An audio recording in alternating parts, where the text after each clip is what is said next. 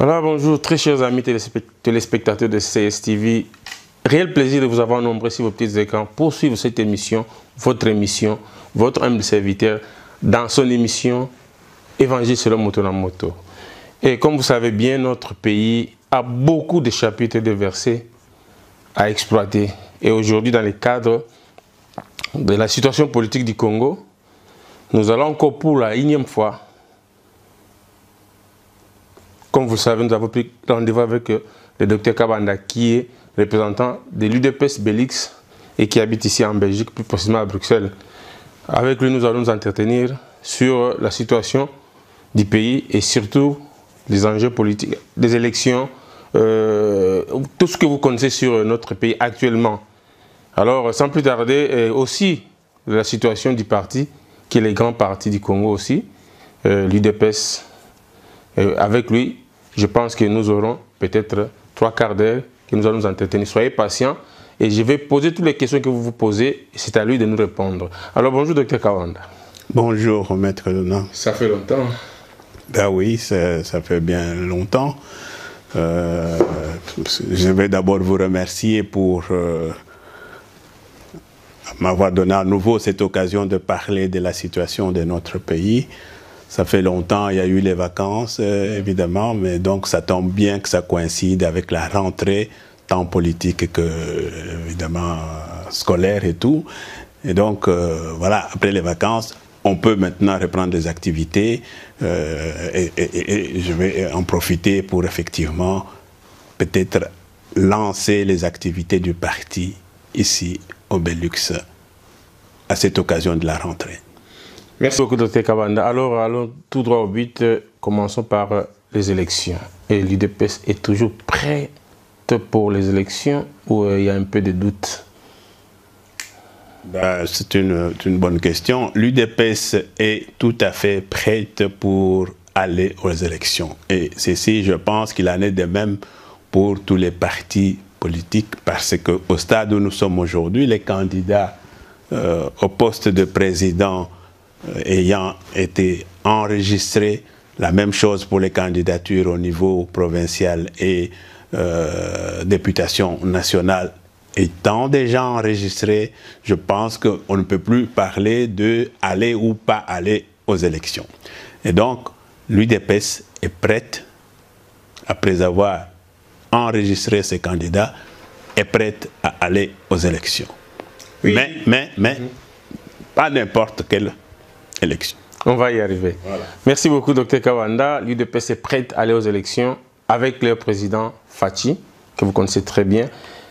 Les candidatures ont été déposées et il y a eu aussi certains politiciens opposants qui ont été refusés par la CENI. Pour vous, vous voyez que c'est une victoire, que vous n'aurez pas des gros poissons comme Fachi lui-même. Vous dites, ah, ok, c'est bon. Je pense que cette fois-ci, avec nous, sans les autres, nous allons gagner Kabila. Je pense que l'UDPS se bat pour un état de droit dans notre pays. Si les candidats qui sont invalidés ou retirés du concours, donc de la liste, si ces candidats sont retirés pour des raisons tout à fait objectives, conformément à la loi, on ne peut que se plier à ça, puisque c'est ce qu'on veut. Il faut que le pays soit organisé, qu'il y ait un état de droit. Mais quand certains de ces candidats sont retirés pour des raisons tout à fait fantaisistes, des raisons politiques, on doit le dire, à ce moment-là, on ne peut pas se réjouir. Parce que le processus électoral est déjà biaisé dès le départ. Dès lors qu'on élimine des candidats dans un processus, on ne peut pas dire que c'est un processus équitable. On ne va pas dire que ces élections sont transparentes et crédibles. Et donc le fait d'avoir éliminé certains candidats pour des raisons purement politiques, pour moi c'est déjà une manière de biaiser ce processus électoral. Et de ce fait, nous ne pouvons pas nous réjouir, même si on constate que effectivement on a éliminé pour des raisons qui sont tout à fait critiquables des candidats qui auraient pu faire concurrence à notre candidat Félix Tshisekedi. On pourrait dire que ça pourrait nous réjouir, mais dans le cadre de mon parti, nous battons depuis des années pour un état de droit. La manière dont ça s'est fait, on ne peut pas se réjouir, on ne peut que condamner cela. Et donc ce processus, non seulement on condamne la manière dont ces candidats ont été invalidés, on considère déjà que ce processus n'est pas crédible. Alors, Dr Kabanda, merci beaucoup pour la réponse, mais qu'est-ce qui fait qu'aujourd'hui l'UDPS accepte ces élections que l'autre fois votre président Fathi avait dit nous n'accepterons pas d'aller aux élections avec Kabila, nous voulons une transition sans Kabila. Et du coup, il change pour accepter les élections, même avec la machine qu'on appelle à tricher. Vous savez, ce qui s'est fait au Congo n'est pas seulement quelque chose qui s'est fait en interne, au niveau national, et que ça ne concerne personne d'autre. La communauté internationale est engagée dans ce processus. Tout le monde a fait un investissement important. Il y a eu des accords, des négociations, notamment l'accord d'Arsain-Sylvestre. Cet accord, c'était pourquoi? C'est pour un processus électoral crédible et transparent, pour promouvoir l'alternance dans notre pays.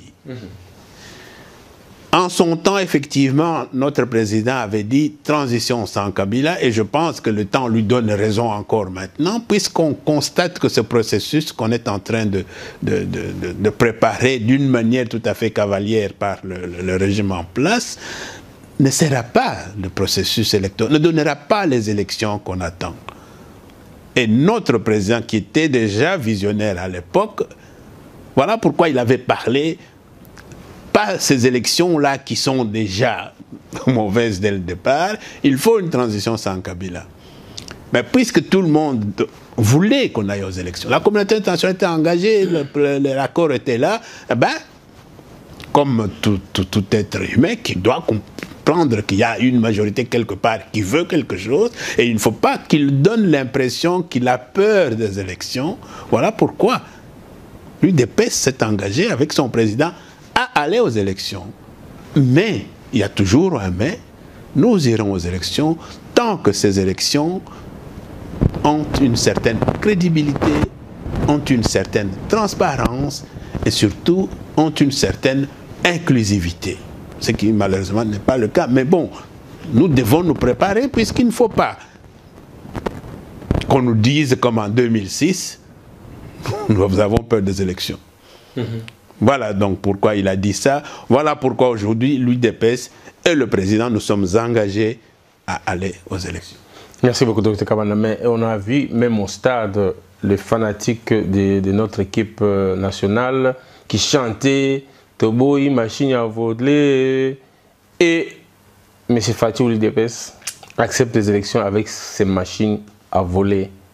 Quelle est votre lecture? Je pense que les interprétations des paroles des hommes politiques peuvent aller dans tous les sens selon qu'on se trouve dans telle ou telle circonstance, dans telle ou telle situation.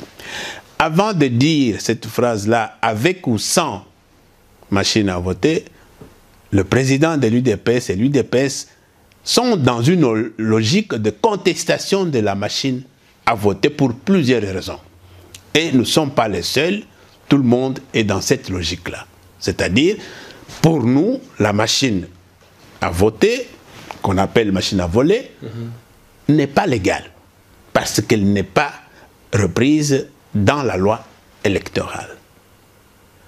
Cette machine à voter, machine à voler, ne fait aucun consensus parmi les partis engagés dans ce processus. Et donc, nous ne pouvons pas accepter cette machine. Mais puisque la partie en face est en train d'imposer, comme il continue à l'imposer, et que mon président aujourd'hui, il a une posture de battant qui veut montrer quoi qu'il arrive, il est capable de gagner ces élections. Voilà pourquoi, adoptant cette posture de battant, de celui qui est prêt et qui sent qu'il a une base suffisante pour gagner l'élection, voilà pourquoi il dit, avec ou sans machine, il a suffisamment de base, il a suffisamment de capacité pour gagner cette élection. Mais cela ne veut pas dire qu'il accepte ou qu'il avalise cette machine d'une manière... Non, absolument pas. C'est une posture d'un battant, d'un gagnant qui veut montrer au camp en face qu'il est prêt à gagner cette élection, à condition que ce soit une bonne élection. Oui, merci beaucoup, mais nous avons vu que vous avez déjà un défi. Nang a lancé un défi. Il a prouvé qu'il n'est pas dans le même sens avec la population ou les opposants qui sont les représentants du peuple. Parce que lors de leur réunion, récente réunion, je crois que vous êtes au courant, le langage qu'il avait tenu, celui qui ne veut pas de la machine n'a qu'à sortir. Alors, quelle est votre lecture? Monsieur Nanga, on le sait, il n'est pas à son premier forfait. Donc Nanga, on sait que la CENI et Monsieur Nanga, c'est la caisse de résonance du PPRD, de Kabila et de sa clique. Et donc, rien de ce que Nanga a dit ou a fait ne puisse m'étonner aujourd'hui. Mais là, il a franchi un cap supplémentaire en narguant pratiquement tout le peuple, parce que ce qu'il a fait, narguer comme ça tous les candidats présidents, avec un langage tout à fait irrespectueux vis-à-vis de ces personnes qui se sont portées, qui peuvent être demain des présidents de la République, c'est inacceptable. C'est quelque chose qu'on ne peut pas accepter. Donc, Nanga continue à montrer chaque jour qu'il est là au service de la Kabylie. Mais donc, je pense qu'il ne fait que s'enfoncer parce qu'il a ajouté un élément en plus pour que non seulement les candidats présidents, qui sont donc candidats à la présidence, mais tout le peuple comprenne que Nang est en train de boutiquer quelque chose pour favoriser le camp de Kabila. Raison de plus pour qu'on refuse cette machine-là, pour qu'on refuse toute l'histoire de fichiers, qu'on refuse, qu'on empêche cette élection-là de se tenir. Docteur Kaba, vous pensez que les élections auront toujours lieu comme prévu le 23 décembre? Il nous reste 2 mois. Vous êtes encore en discussion de la machine ou sans machine. Et avec les 2 mois qui nous restent, si aujourd'hui on dit oh, qu'il n'y a pas la machine, on va maintenant aller au vote des bulletins, au bulletin de vote. Il faut en commander, il faut en fabriquer. Est-ce que vous avez encore l'espoir pour le 23 décembre? Vous savez, nous avons toujours souhaité qu'il y ait alternance. La seule manière d'obtenir l'alternance, c'est par l'élection. Voilà pourquoi toutes les partis, en tout cas le peuple, veut l'élection le 23 décembre. Mais malheureusement, ce n'est pas le peuple qui prépare ces élections. Ce n'est pas le peuple qui a les clés en main, ni l'opposition, donc nous, qui avons les clés pour préparer ces élections. La responsable de la préparation des élections revient au régime en place avec sa caisse de relance syndicale. À 2 mois, est-ce qu'il y aura élection? Moi, je suis incapable de le dire et je mets à défi qui que ce soit qui peut nous dire avec certitude qu'il y aura ou pas d'élection en décembre. Mais mon parti travaille pour qu'on soit prêt pour les élections. Parce que, allez, le camp en face, ce camp de la Kabylie, je pense que le 23, c'est une ligne rouge pour eux. Toute la communauté internationale est braquée sur il faut des élections. Tout le peuple attend les élections. Au-delà du 23 décembre, qu'est-ce qui va arriver s'il n'y a pas d'élection? Ça veut dire un risque de glissement à nouveau. Cela posera énormément de problèmes parce que personne n'est prêt, en tout cas par le peuple, par mon parti, n'est prêt à accepter un énième glissement qui fera que la Cour constitutionnelle va s'arranger pour dire pas d'élection, le président en place continue. Non, voilà pourquoi la fameuse transition sans Kabila deviendra alors à ce moment une réalité. Mais parce que, Dr Kabanda, pardon, je pense que le glissement, ça s'annonce, ça se voit, avec même, je peux dire, selon moi, avec la complicité de la communauté occidentale, ça selon moi, hein. Les autres l'appellent international. Et quand on vous pousse déjà à aller au dialogue tout simplement pour la machine, c'est-à-dire que c'est l'annoncement du glissement, Dr Kabanda. Dans 2 mois, on attend qu'il nous reste 15 jours pour dire que voilà, tout autour de la table, nous devons voir maintenant l'histoire de la machine. Est-ce que automatiquement, on est déjà prêt du 23 décembre. Et l'UDPS accepte encore une fois le dialogue pour la machine, rien que pour la machine. Je ne sais pas s'il faut appeler ça le dialogue, parce que quel est le problème avec la machine? Le problème de la machine, c'est d'abord sa légalité. Et on n'a pas dialogué pour ça. Est-ce que cette machine est légale? Non. Elle ne figure pas dans la loi électorale. Est-ce que cette machine doit être utilisée pour l'élection actuelle? Non. Parce que la loi électorale ne le prévoit pas. Voilà. C'est de cela qu'il s'agit. Tout simplement que la CENI reconnaisse que, de par sa propre loi, de par son propre calendrier, il n'y a pas de machine à voter, il y a l'impression de bulletin qui doit être fait. Voilà pourquoi il y a une logique de la manifestation, voilà pourquoi les opposants, les candidats présidents avaient demandé à parler avec la CENI, c'est pour qu'elle reconnaisse qu'il n'y a pas de légalité dans cette affaire-là, et il n'y a pas de dialogue. On va dialoguer pour dire quoi par rapport à la machine? Que ce n'est pas légal, oui, nous l'acceptons. Non. Mais comme vous avez toujours suivi les ordres par la communauté internationale, c'est là où provient aussi cette proposition de, c'est pas concertation, dialogue, c'est pas moi quoi, table ronde, tout ce que vous voulez. Et vous allez encore accepter, bon, comme la communauté internationale a dit, nous devons maintenant aller au pourparler pour trouver une solution des élections avec machine ou sans machine. Et c'est un glissement déjà. Non, je ne crois pas que c'est une concertation entre les candidats qui représentent l'opposition au processus électoral et la CENI. Ce n'est pas un dialogue qui va se traîner en longueur comme le dialogue de l'OIA ou de la... Non, c'est 2 mois. Mais je crois que ça fait partie de subterfuge de la CENI et du camp de Kabila pour traîner les choses en longueur et nous amener vers le glissement. Pour moi, c'est ça la lecture que je peux faire de cette affaire-là. Maintenant, si il n'y a pas de consensus sur toute la machine, nous trouverons devant un bras de fer. Ils voudront peut-être faire passer la machine en force, mais le peuple n'est pas prêt, vous l'avez dit vous-même.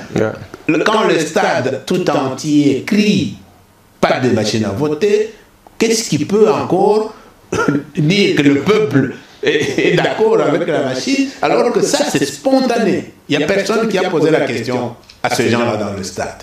Ils ont dit spontanément, pas de machine à voter. Mais si Nang veut le faire de manière unilatérale, vous comprendrez que c'est un énième coup d'État à ce moment-là. Ok, merci Dr Kabanda pour cet éclaircissement. Mais maintenant, parlons un peu de cette histoire de l'opposition. Avant, on disait l'opposition doit s'unir, on ne peut pas aller en ordre dispersé. On a parlé même de candidature commune de l'opposition. Ça, c'était avant l'invalidation de certains membres de l'opposition, certains candidats.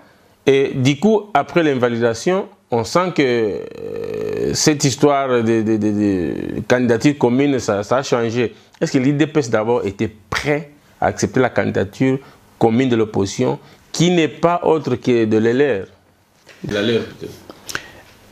C'est une bonne question. Je pense que la nécessité d'un candidat commun de l'opposition, ça, personne ne peut mettre ça en cause. Pourquoi? Pour plusieurs raisons. Depuis que le système a été changé par la volonté de Kabila, qu'on est passé de 2 tours à 1 tour,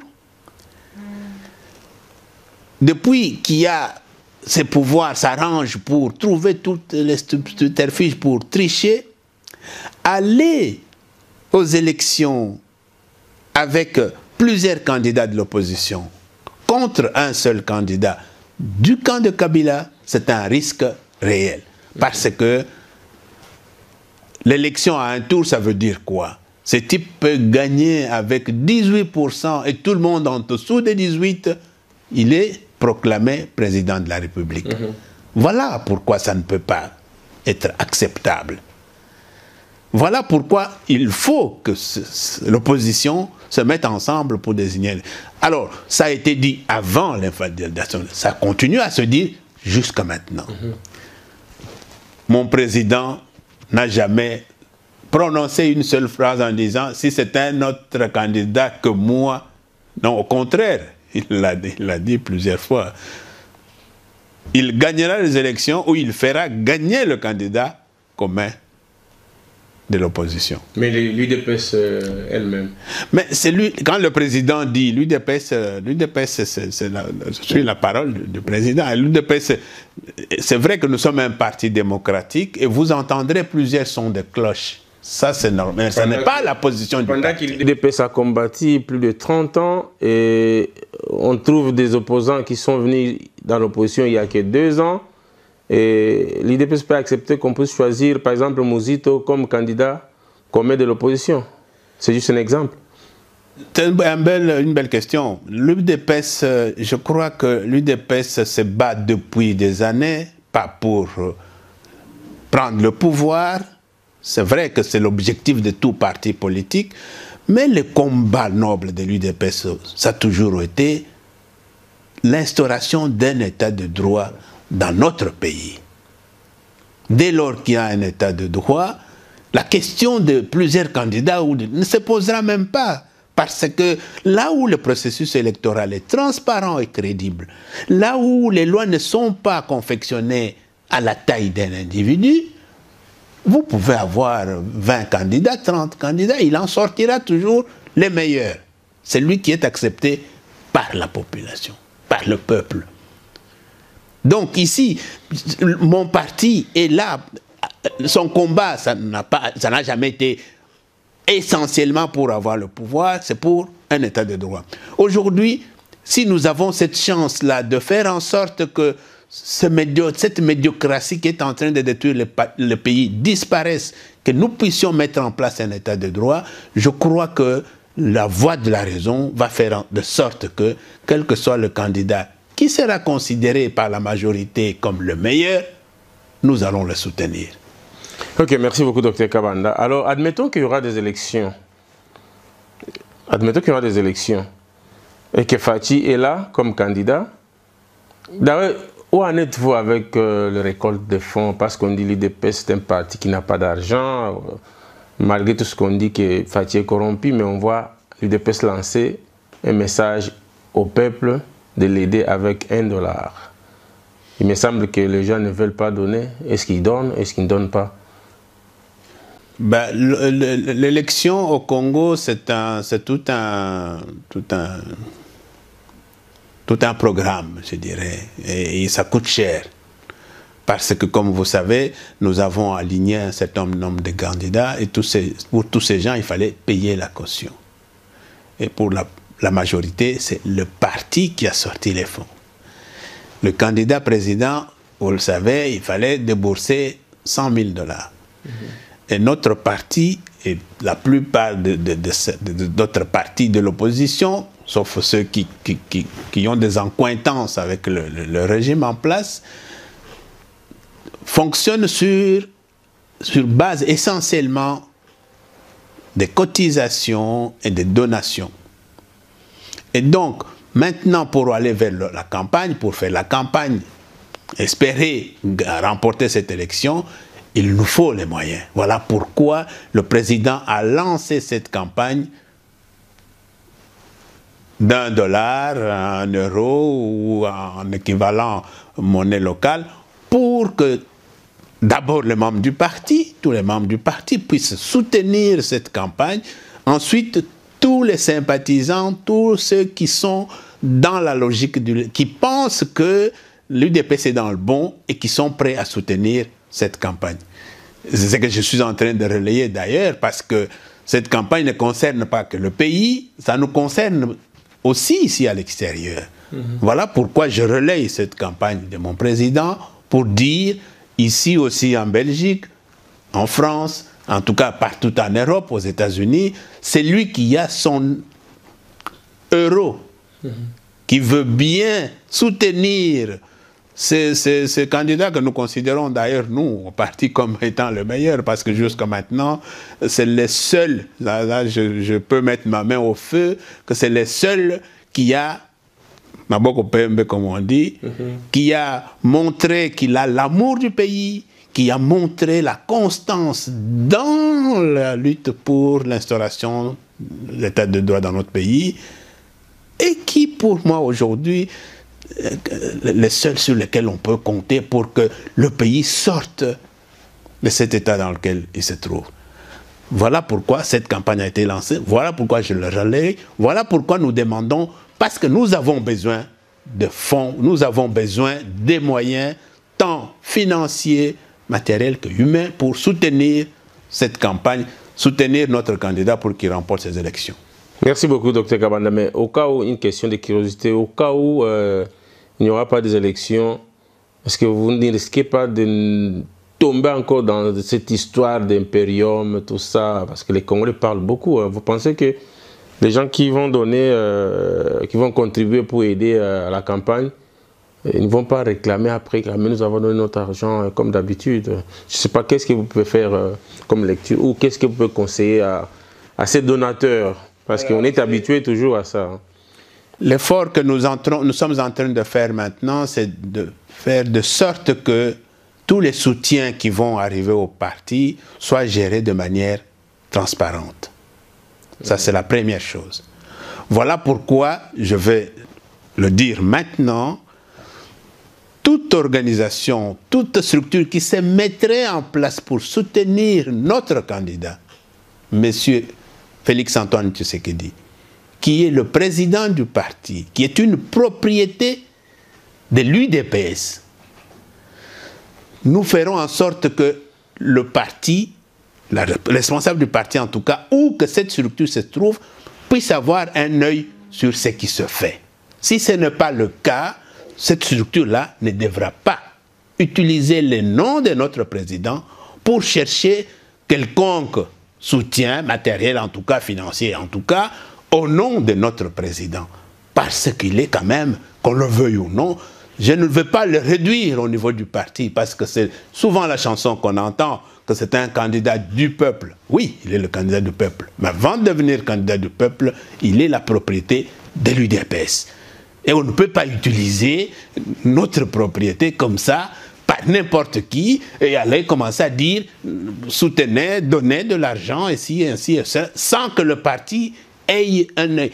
Donc, nous prendrons toutes les précautions pour que les soutiens qui vont arriver soient gérés de manière transparente, de manière à ce que s'il n'y a pas d'élection, ça ne sera pas de notre faute, parce que s'il n'y a pas d'élection demain, nous ne sommes pas les organisateurs des élections, il y aura un fautif, donc il y aura des conséquences, mais nous pourrions à ce moment-là prouver que nous avons eu autant pour soutien à la campagne électorale de notre candidat, voilà ce qui a été fait, voilà ce qui reste. Ça sera en tout cas transparent. Et nous nous y employons pour que ça soit ainsi. Merci beaucoup, Dr Kabanda. Soufflons un peu en attendant une page publicitaire, nous allons encore revenir.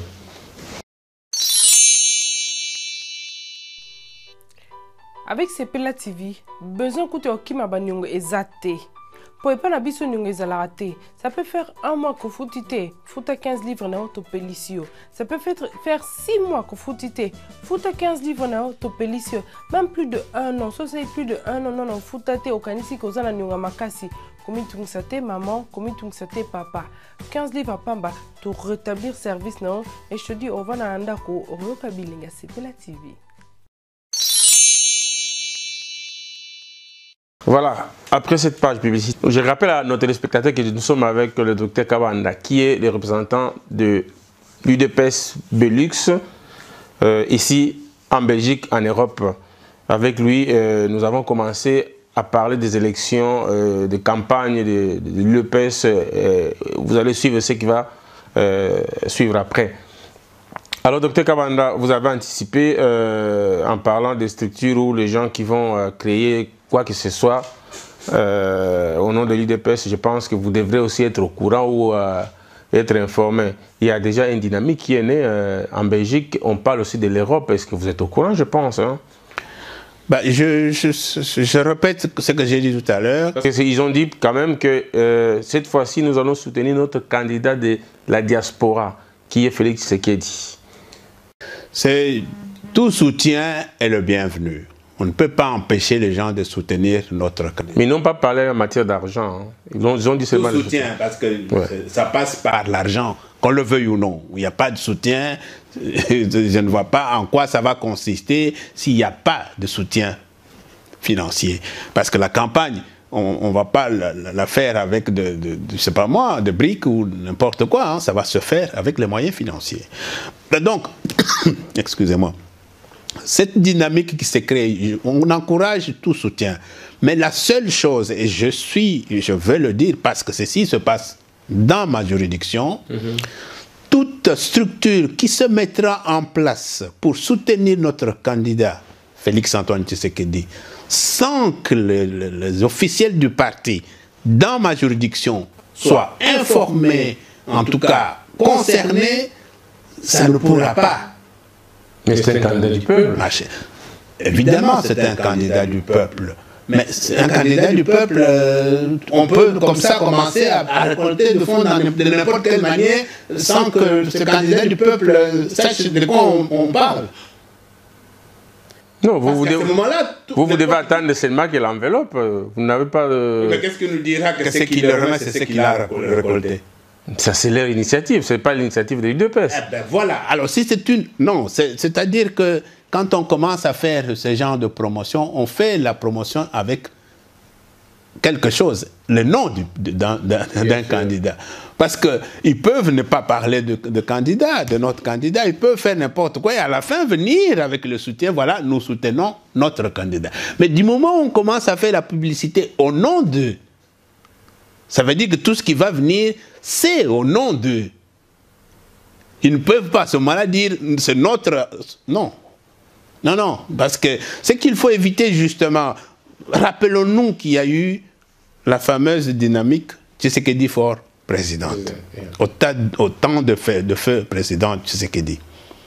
Cette dynamique a récolté des fonds. Qui sait ce qui a été récolté?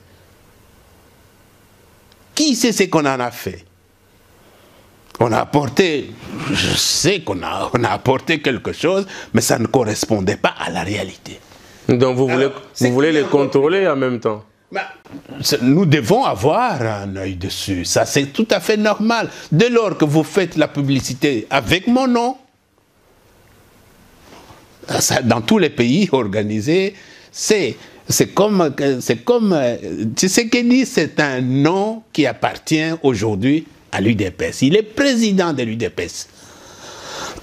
Excusez-moi. Mais c'est lui qui veut utiliser ce cachet de l'UDPS. On doit savoir ce qu'il veut en faire. Ce qu'il va récolter. Sinon, nous l'interdisons de parler, d'utiliser le cachet de l'UDPS. Mais alors, là, vous allez bloquer tout. Mais non. Parce que vous avez besoin de l'aide quand même. Nous avons besoin de l'aide. Qu'est-ce que c'est une aide? Est-ce que pour que je vous demande de m'aider, vous avez besoin d'utiliser mon nom pour aller réclamer cette aide? Parce que les gens qui vont aider doivent savoir l'aide, c'est pourquoi. C'est pour cela qu'ils doivent utiliser ces noms. Tout à fait. Oui. Mais qu'est-ce qui empêche que celui pour qui on parle ait l'œil sur ce qui se dit? Parce que ce candidat, il est candidat de l'UDPS. Oui, c'est vrai qu'il est le candidat du peuple, mais au départ, il est candidat de l'UDPS. Vous savez pourquoi on fait tout ça? C'est pour éviter justement les abus. Vous avez parlé de l'impérium aujourd'hui. Moi, je ne sais pas ce qui a été donné pour l'impérium. On n'a jamais su combien a été donné pour l'impérium. Mais tout le monde est en train de dire Le président Tshisekedi a bouffé l'argent de l'impérium. Pour salir, on salit facilement. Mais pour dire ce qui a été apporté, personne n'est capable de dire combien ils ont apporté au président Tshisekedi pour l'impérium. Mais pour dire qu'il a détourné, là, ça devient de montant énorme. Merci, Dr Kabanda. On évite cela. Merci, je pense que le message est passé. Alors, passons à notre dernière partie de notre émission, le voyage de Félix Tshisekedi. Aujourd'hui, il est aux États-Unis, il était ici. Bon, ici, c'est normal, il habite ici. Mais parlons un peu de l'Ouganda. Parce que les gens parlent dans tous les sens. Il était allé chercher de l'argent, il était allé, pourquoi il est allé chez les gens qui nous tuent, les bourreaux, tout ça. Alors, quelle est la lecture de l'UDPS? C'était quoi le but du voyage de Félix chez Museveni? Félix Tshisekedi, président de l'UDPS, candidat à l'élection présidentielle, et qui a même la chance d'être le candidat de l'opposition, candidat commun de l'opposition, et fait partie d'une partie prenante au processus électoral. Et cette partie importante, c'est l'opposition. Et le processus électoral aujourd'hui, vous avez tout le monde qui est concerné par ce processus. Et quand je dis tout le monde, je parle d'abord des pays voisins du Congo. Tous les pays voisins sont aujourd'hui engagés dans le processus électoral parce que s'il n'y a pas d'élection, nous risquons d'avoir un chaos dans ce pays-là. Et ce chaos qui arriverait au Congo va se répandre dans toute la sous-région. Voilà pourquoi les pays voisins sont concernés par le processus électoral. Et dès lors que M. Tshisekedi, qui est un présidentiable aujourd'hui, qui a la posture d'un président, disons-le, qu'est-ce qui l'empêche de rencontrer tous ces présidents qui sont voisins du pays et qui sont engagés dans le processus? Rien ne l'empêche. Donc il peut rencontrer tous les présidents des pays. Alors, deuxième raison, M. Museveni, le président de l'Ouganda, Museveni, est président en exercice de la CIRGL. Et la CIRGL, c'est une des organisations régionales qui sont engagées aussi dans le processus. De cette CIRGL. Je ne vois pas pourquoi. De cette CIRGL. Je ne vois pas pourquoi. M. Tshisekedi, qui représente l'opposition, ne peut pas, avec ce collègue de l'opposition, rencontrer Museveni et parler du processus électoral, surtout qu'il y a des problèmes. Voilà, il y a plusieurs raisons pour lesquelles M. Tshisekedi peut rencontrer Museveni sans que ça devienne un problème. Donc c'est comme il peut rencontrer Kagame dans le cas de OIA, Lorenzo, Sedek. Tous ces présidents-là font partie de toutes les organisations. Il peut le rencontrer. Il n'y a pas à dire. Il n'y a pas à dire. C'est tout à fait normal qu'il le rencontre. Voilà pourquoi il a rencontré Moussa. Merci beaucoup pour les éclaircissements. Je pense que Bande Kobozi, éclaircissement, na président, il y a UDPS Belix qui est docteur Kabanda. Pour Mitungisi, Bogangi, Bolobi, Belé, mais sache une chose, je vous ai toujours dit, le langage politique, ce n'est pas la même chose avec le langage combattant. Donc, Tomé Kakape, Koye Kolaka, politique, Yamboka. Donc, je suis là pour seulement former, informer. Donc, bon, mon ango m'a bêté. Alors, docteur Kabanda, nous chutons petit à petit. L'actualité, les Congolais refoulés en Angola comme des bêtes, comme des insectes. En tant que membre de l'UDPS, qu'est-ce que vous pouvez dire? C'est malheureux et c'est vraiment quelque chose de regrettable. Regrettable pour plusieurs raisons.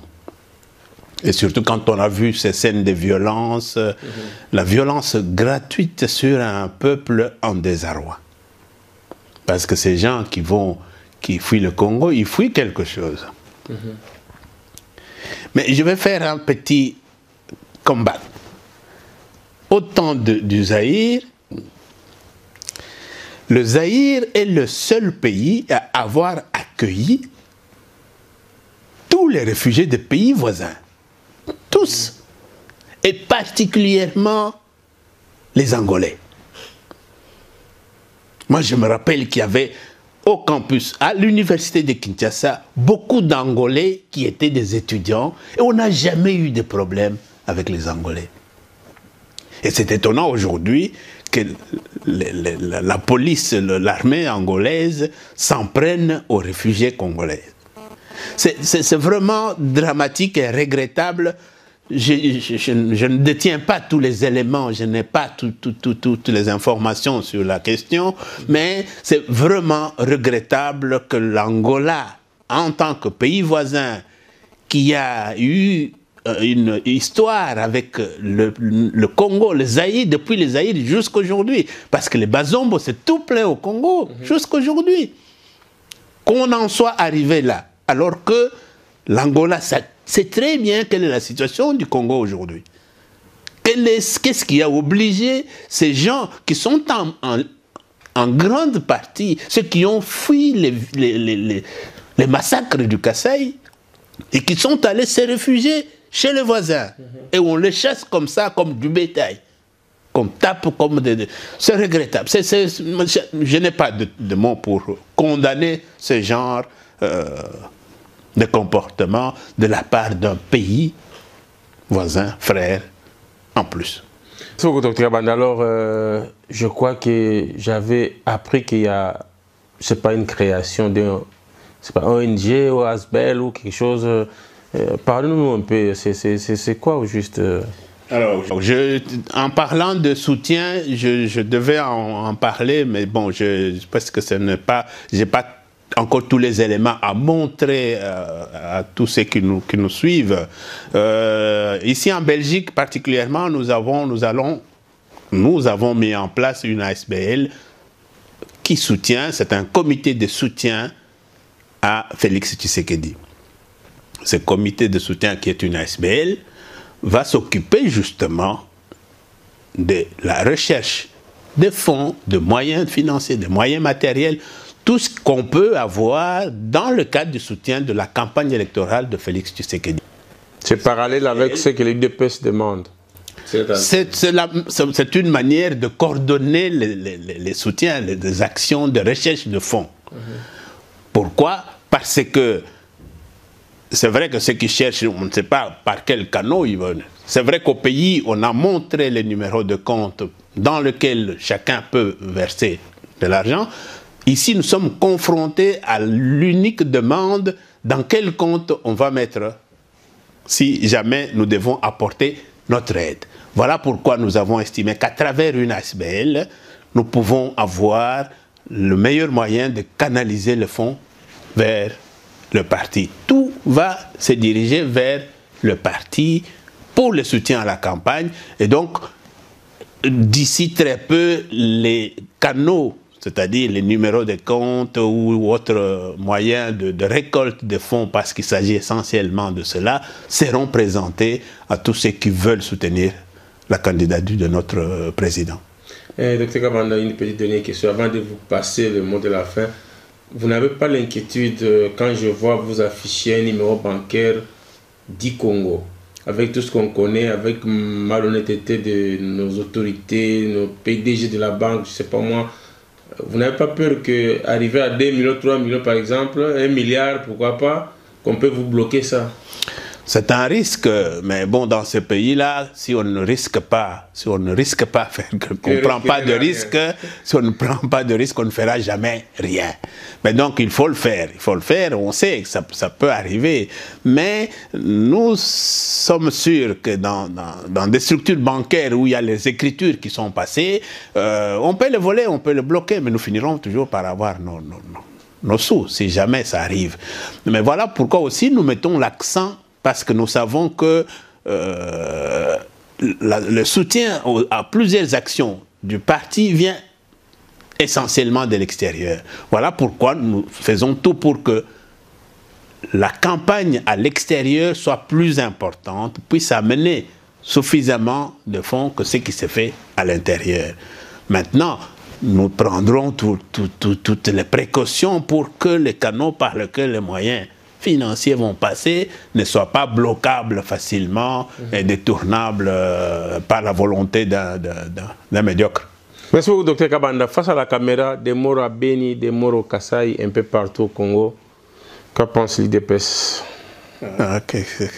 C'est triste à dire, mais le Congo n'a jamais été aussi bas, aussi bestialisé, aussi, je ne sais pas quel terme il faut employer, parce que même les animaux qui sont dans la forêt, qui se mangent pour survivre, ça ne se fait pas comme ça. On ne tue pas comme ça pour... Je ne sais pas si c'est le plaisir de tuer ou si c'est une animalité ou je ne sais pas quel terme employer, mais c'est le Congo a touché le fond. Si le fond existe aujourd'hui, je pense que nous sommes dans le fond. Pourquoi? Parce que ces gens qu'on tue, qu'est-ce qu'ils ont fait? Qu'est-ce que ces gens ont fait? Rien. Rien. Et le seul péché qu'ils ont, c'est d'être des Congolais. Non, je n'ai pas de mots pour le dire. Je n'ai pas le mot pour le dire parce que ce n'est pas acceptable qu'on continue à massacrer une population qui n'a rien fait et qui n'a qu'un seul péché appartenir à ce pays-là. Mais donc, un mot d'espoir. Moi, le seul mot d'espoir, ça c'est peut-être le mot de la fin, si vous m'en donnez l'occasion, ouais, c'est vraiment d'appeler le peuple congolais à nous mettre ensemble. L'union fait la force, comme on dit. Nous devons tout faire pour enlever cet esprit de division qu'on est en train d'instiller entre nous pour favoriser justement ce qui s'est fait là. On nous divise pour mieux nous abattre, pour mieux nous tuer. Aujourd'hui, le mot que je peux, le seul appel que je peux, il y en a qui l'ont fait avant moi, c'est pas de trop. La répétition est la mère de science, comme on dit. Je ne peux qu'appeler mes compatriotes à nous unir, nous mettre ensemble. Mettons-nous ensemble pour conjurer cette malédiction qui s'abat sur notre pays, sur nos compatriotes, sans que nous ayons rien fait à l'histoire, je ne sais pas, à tous ces gens qui nous maltraitent là. Alors qu'ils sont dans notre pays, ils profitent de tous les avantages que leur offre notre pays. Et donc, il nous appartient aujourd'hui à nous mettre ensemble pour conjurer ce mauvais sort-là et faire de sorte que, en décembre, nous ayons une véritable alternance politique avec un nouveau chef d'État, de nouvelles autorités qui aiment ce pays-là. Pas des gens qui sont là pour se remplir le poche, pas des gens qui sont là pour chercher en premier lieu leurs intérêts personnels, parce qu'il y en a beaucoup aujourd'hui. Vous voyez les vidéos qui circulent sur Internet, on parle de COP, on parle de tous les termes qui sont... Nous avons atteint le fond. Mais donc, faisons tout pour que, en décembre, nous puissions ensemble sauver notre pays. Merci beaucoup, Dr Kabanda, de nous avoir accordé cette interview et surtout de nous avoir reçus dans votre bureau. Merci à vous. J'espère que ça ne sera pas la dernière fois. Oui, bien sûr. Nous allons se revenir. Merci beaucoup à vous tous qui nous ont suivis sur Décoder CPLA TV canal 130, sur www.cstvrdc.com, sur YouTube CSTV RDC et pourquoi pas sur la page Facebook CSTV Congo Succès Télévision. Qu'est-ce que ça vous dit, au revoir et à la prochaine. Ciao, ciao.